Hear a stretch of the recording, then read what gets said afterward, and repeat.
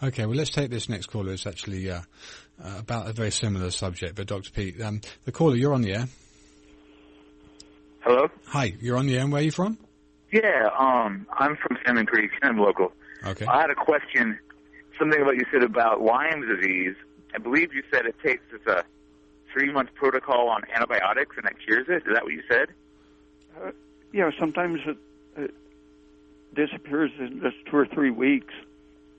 I know a lot of people with Lyme disease, and I've never seen that work ever that quickly. Is there some special protocol you're speaking of?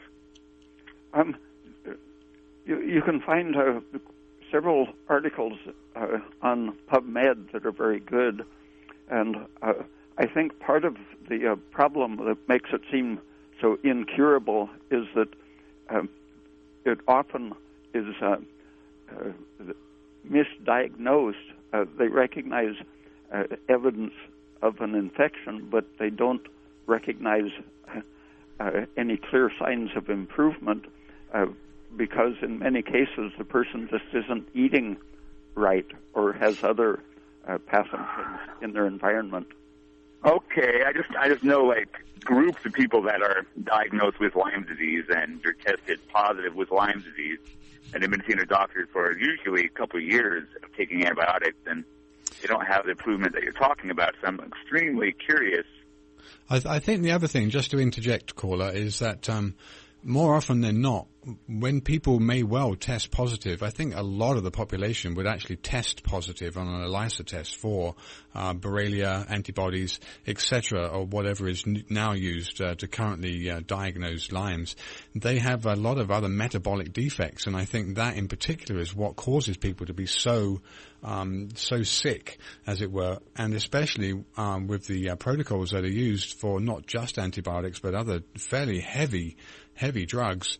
I think these can really play into someone's downfall. And like we spoke about earlier, Dr. Peat mentioned the kind of energetics in the body that gets once someone's exposed to so many drugs and so many chemicals to try and supposedly cure something, it's very difficult for the organism to respond appropriately, and it's more of a kind of a failure of the organism under the barrage of drugs and chemicals to treat that. That's the problem.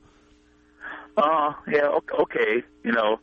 So where in PubMed would I find this protocol you speak of? Is it pretty obscure? Oh, no, just look for Borrelia or Lyme disease and antibiotic treatment. Okay.